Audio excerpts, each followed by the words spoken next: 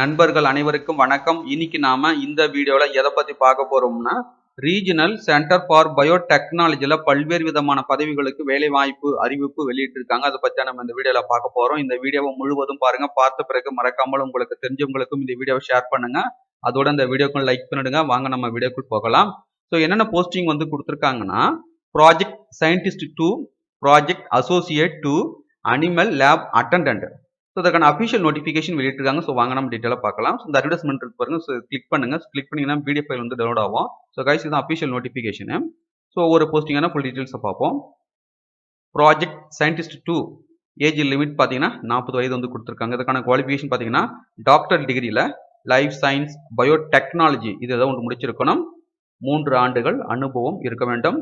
எத்தனை வேகன்சி வந்து கொடுத்துருக்காங்கன்னா 4 வேகன்சி வந்து கொடுத்துருக்காங்க. மாத சம்பளம் பார்த்தீங்கன்னா 83,080 ரூபாய் தராங்க.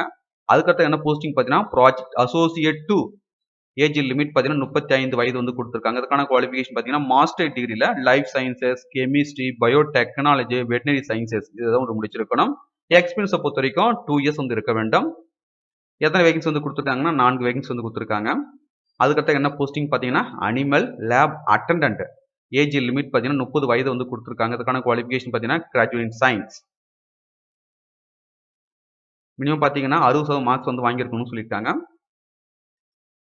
எத்தனை வேகன்சி வந்து கொடுத்துருக்காங்கன்னா 3 வேகன்சி வந்து கொடுத்துருக்காங்க.